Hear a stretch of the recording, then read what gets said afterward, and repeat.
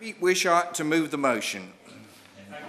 It's a pleasure to serve under your chairmanship today, Mr Bailey, for what will be hopefully a short but considered debate about the future of plumbers' pensions. This is one of these debates that I hope to bring to the attention of the House, where I first of all want to make sure that we acknowledge there is a difficulty and issue with some of these very complicated concerns that plumbers seem to have right across the country. And I plead to the government and to probably everybody involved in this debate that we all work together to try and resolve what are very difficult and technical issues which are impacting quite grievously on plumbers, not just in my constituency, but I believe across constituencies throughout the whole of the United Kingdom. I first became aware of the difficulties with plumbers' pension when I was invited to attend a meeting of Perthshire plumbers by a Conservative councillor colleague who was associated with the trade to listen to some of the concerns that were starting to emerge from plumbers right across Scotland. And I have to say, Mr Bailey, I was totally shocked when I heard about the scale of the difficulties and just the sheer numbers involved in the concerns and anxieties that were presented to me from plumbers that evening. These are businesses that have been serving communities like mine and the Minister's and yours, Mr Bailey, for decades, family businesses with people that we all know, people we are familiar with, who do a fantastic service on behalf of the people they look after. Now, these plumbers have been blissfully unaware of this ticking time bomb that's been waiting for them at the end of their careers and working lives, because they've been busy getting on with their work, developing their businesses and ensuring that our pipes are fixed and our washing machines are repaired. Now they find at the end of their careers that life savings and family homes are at risk. And these people, Mr Bailey, have done absolutely nothing wrong. They have conscientiously contributed to their pension pot and made sure that they've done the right thing for all the people they've employed throughout the years and the decades. Now, this is a technical issue, so if you'll bear with Mr Bailey, I'll try to explain and define it as far as I can see it as simply as possible. But what seems to be the case is that so many plumbers are caught up in a living nightmare of huge liabilities and potential debts upon retirement because of the unintended consequences associated with the provisions under Section 75 of the Pensions Act. Now, I've had a good look at the Pensions Act and have had a really good look at the provisions associated with Section 75. And what it seems to me in the paper is a perfectly legitimate and reasonable inclusion in the Pensions Act to ensure that the integrity of pension schemes are retained and protecting pensions benefits. It is, though, the unintended consequences of this measure and this Act that has had this impact on these pension schemes. The simple fact is that pension schemes for small, non-associated, multi-employer businesses like those designed by plumbers are a potential disaster with huge consequences for plumbers simply wanting to retire or to wind up their businesses. This is because under Section 75, employers can become liable for what is known as a Section 75 employer debt, which is triggered when plumbers seeking to retire or wind up their businesses, or if that business goes insolvent. This Section 75 employer debt is calculated on the departing employer's share of the shortfall in the scheme on a buyout basis, based on the hypothetical situation that the whole scheme is wound up and annuities are to be paid to all existing members.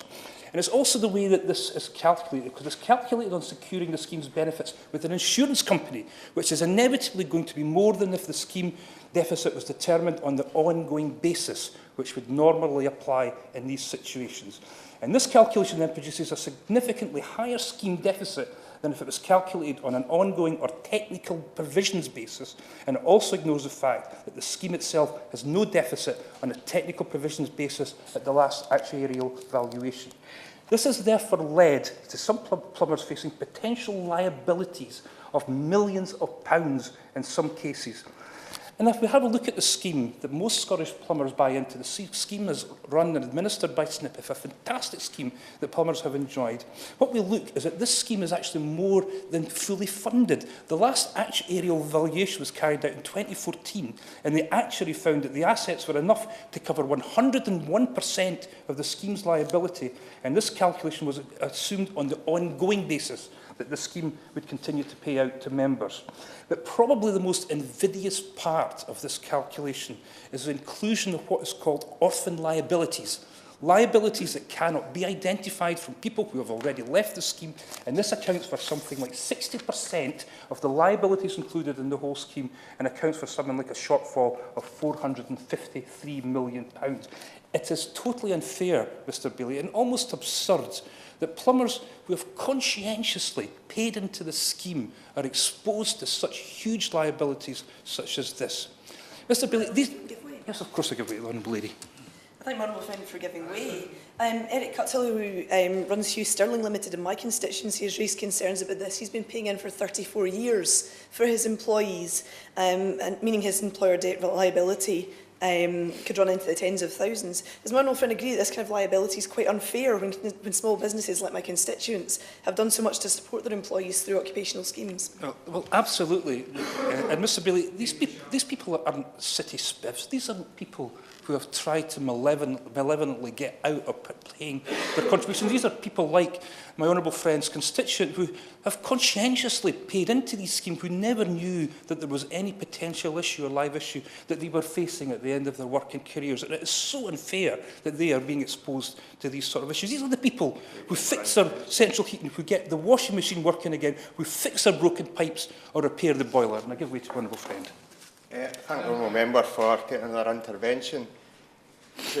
Is it not strange that this is a government that last year in the budget found £6 billion to make cuts in inheritance tax and capital gains tax, but yet this measure here, which could actually ruin the inheritance, because I've got a constituent that is unwilling or unable to pass on his business to his son with these liabilities.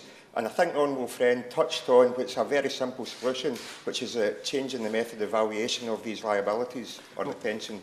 Well, I'm grateful to the honourable friend because I want to come up with a few suggestions to government about how they can resolve some of these real and difficult situations.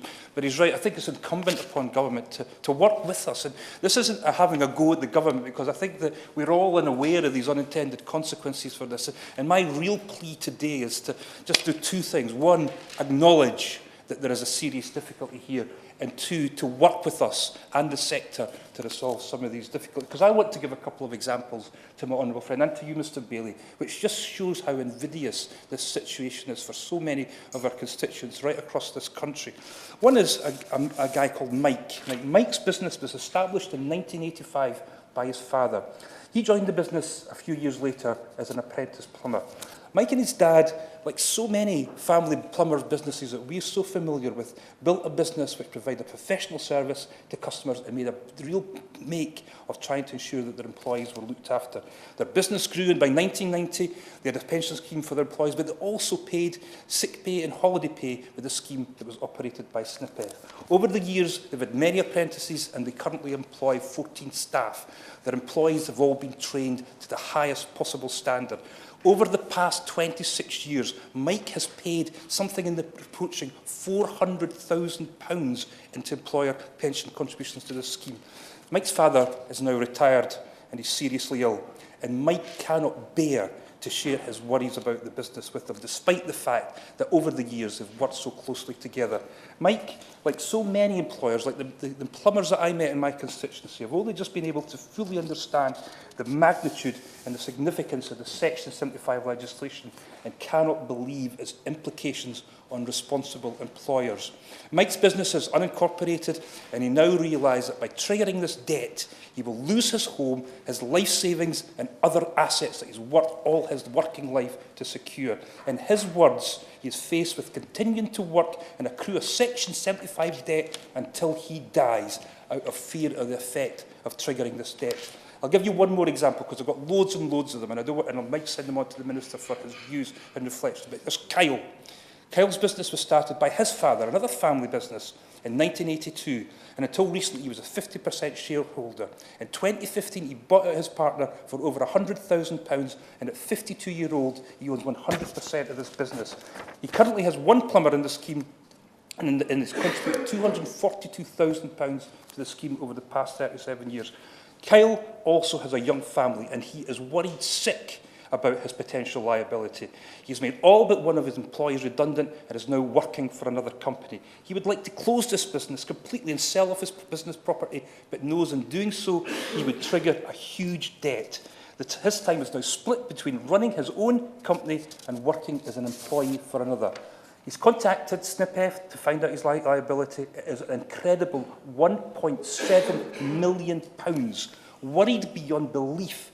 Kyle can't sleep at night. He feels totally destroyed and depressed, and he says he just wants to curl up in a ball and die. Mr. Kyle, Mr. Bailey, these are plumbers in our constituency who have done nothing wrong, who are left in this condition. And these are real-life examples that we must address. Now, I've got loads of others, and I'll pass it on. There's a couple of things I'm asking the government to do today. And I know that this is a really difficult and technical situation. I've had a look at this, and I know the Minister has difficulty in trying to resolve this. But resolve this he must. And I think, first of all, let's all agree today that this is a huge issue and acknowledge that something must be done to address and to resolve this. Now, what I believe the Minister could make a start in doing is to look at this idea about triggering the debt with the departure of the last active scheme member working in it. And there have already been suggestions put forward by the Pension and Lifetime Savings Association who say that what's happening is employers are artificially retaining a single active member in order not to trigger this scheme. The government could also look at the way that how this debt is calculated, to calculate it based on an assurance assessment about the value of the scheme, which is obviously going to inflate the value of the scheme. Surely the way to do this would be in technical measures or look at the actual operation of the scheme as according to the membership is called. It has to deal with these phantom liabilities, these orphan liabilities, which again inflate the value of the scheme. When nobody knows who these people are, they're no longer participating in the scheme, but yet this is kept artificially high about all of this. I would, and I suggest this to the Minister, just try to make exceptions for these small micro family businesses, these non-associated businesses, and see if we can make some sort of exceptions which will be able to move forward when we come to these whole things. Mr. Bailey, the Minister has an army of civil servants available to him to try and resolve this. We do have a pensions bill coming in the future which will allow the Minister to look at this. So I'm hoping very much that we can do this. I'll start with where I finished because I want to give some time to my honourable friend from Edinburgh, North and East, who has SNPF based in her constituency and has also been looking at this issue. Just a few minutes to address her points before the Minister responds. But my plea to the Minister is we know that there's something going on. I think that there is an acknowledgement for the Minister. And I've seen some of the very helpful responses that he's given to members who have raised these concerns. And my plea is, please work with us. These are people who have done absolutely nothing wrong. Cornerstone of our community, a service to our community in terms of how we get things done. And I appeal to him.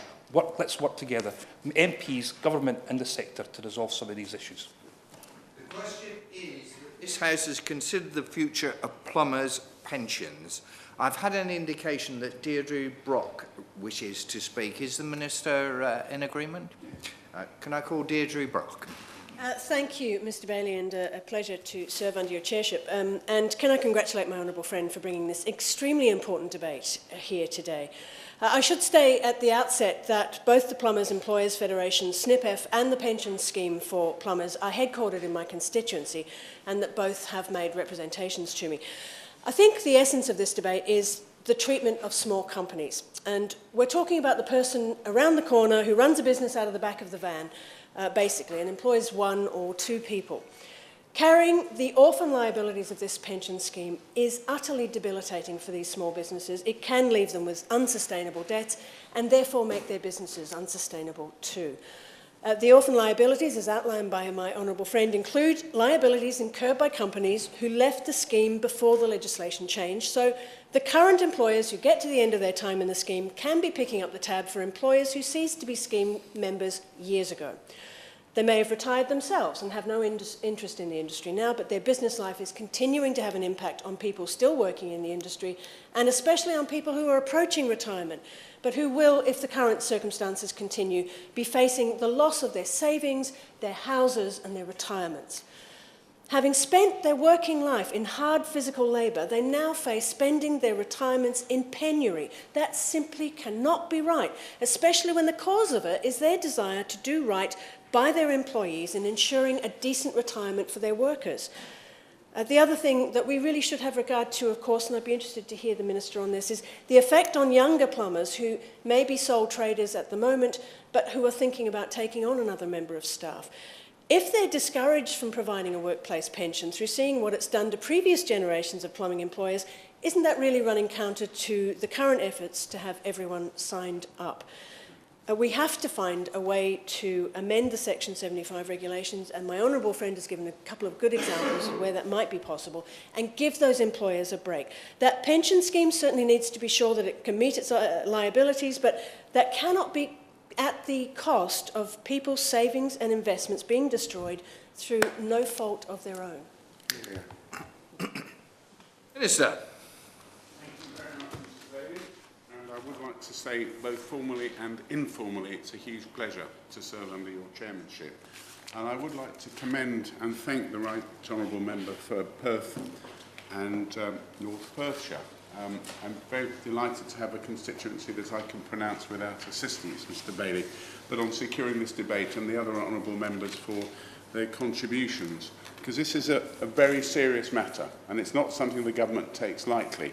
And I would like to say that I'm quite new to this job, but it seems to me that the kind of real lobbying, which is from constituents through to members of parliament, through to government, the way this has worked, to me is it's an exemplary way that the way things should work, rather than teams of lobbying coming to formal meetings.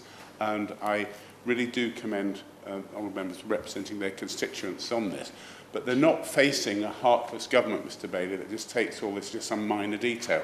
And the examples that the honourable member gave, right honourable member gave about his constituents, Mike and Kyle, are, I know, very typical. And I'd be very pleased if he did send them to me, but I promise him I have seen similar things. The question is, how are we going to deal with this? And obviously, I've listened very carefully to what's been said, and this is a worrying situation. I know these are small employers. To quote the Right Honourable Gentleman, Mr Bailey, who give fantastic people, you know, these are fantastic people that have been going about their business for many years. And the government, you know, listened, we've had representations asserting that there's a simple solution. There isn't. This is a complex issue. And we have to, unfortunately, the way government works, we can't just react quickly and just do something, because it always leads to the kind of unintended consequences which have happened here. It can lead to other unintended consequences. And I do hope that the Right Honourable ladies and gentlemen won't think this is just sort of government waffle. Before I came into government some time ago, I had thought things were much simpler than they are. And that is, again, part of our democratic system. But it doesn't mean that we take it lightly. And I'm very well aware of the difficulties these small employers face managing their own pension commitments in current economic climate, as well as responsibility for other people's within, effectively within the scheme. And, I'm sorry. Yes, please. Thank the Minister for giving way.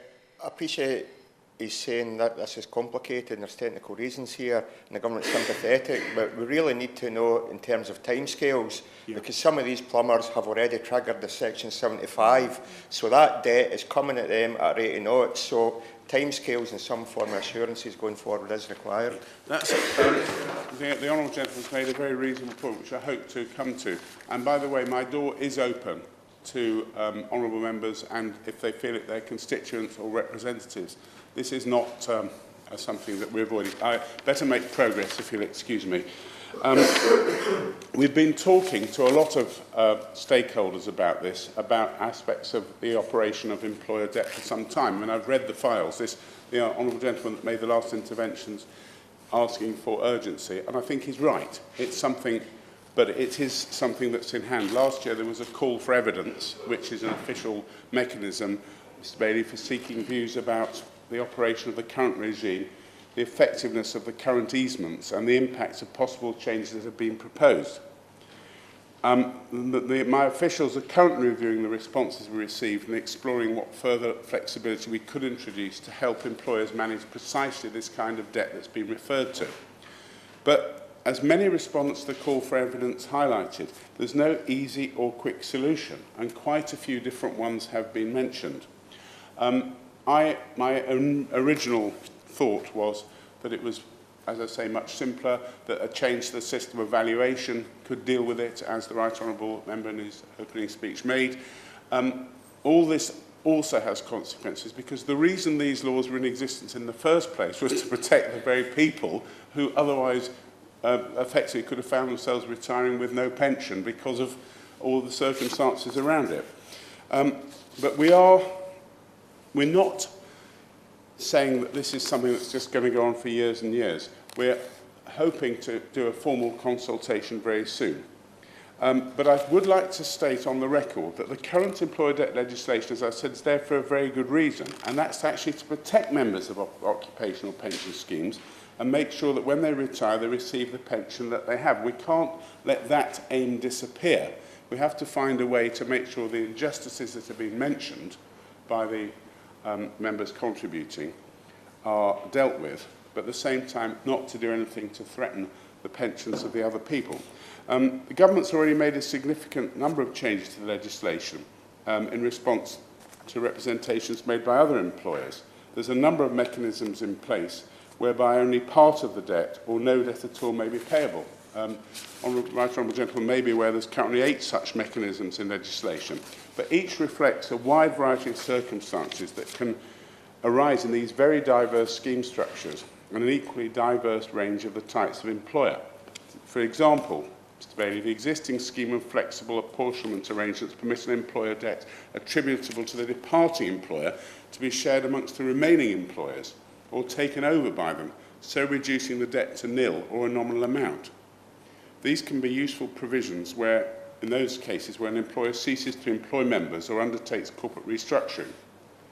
For small employers, which we're talking about today, that are participating in these, they're very large schemes, but they're non-associated multi-employer schemes, like the Plumbers scheme, a period of grace arrangement provides for the situation where an employer temporarily ceases to employ active members, but intends to do so again in the future. The regulations provide for a period of grace of up to 36 months when no debt triggers, giving time for new employees to be recruited. The issue of the high proportion of orphan members has been raised in this debate, and the scheme would like the liabilities that relate to such members whose employers no longer participate in the scheme to be passed elsewhere rather than shared between the remaining employers. The requirement to meet a share of orphan liability is common to all schemes and an important part of member protection. So whilst it be very difficult to make a special case for a particular scheme, we are looking more widely at the challenges faced by defined benefit schemes, and we want to encourage a wide debate about the challenges facing these schemes and what the potential solutions might be, including this. We're well aware that some parts of the pension sector are stressed, and the situation is very mixed and the problems are far from universal. So we're trying to build a better understanding of these, using the call for evidence and all these meetings with stakeholders, and to form an opinion what the government intervention should be. And yes, I will. Thanks for giving away one more time. On the topics where it was covered there in terms of wider pension issues, does this not underline yet again the fact that there should be an independent pensions regulator to help address these matters? Well, that's a whole different argument, as the Honourable Gentleman knows. I'd be very happy if we could have another debate on that, and happy to chat with him informally about it, because it's something that has been proposed, particularly by his party. But I think, respectfully, as far as this is concerned, it's irrelevant. I mean, I'm not saying the argument has merits or not, but as far as this is concerned, this is something that we don't have an independent, a standing commission. We have a government that is here to try and deal with this issue. And it's our intention to really try and do so.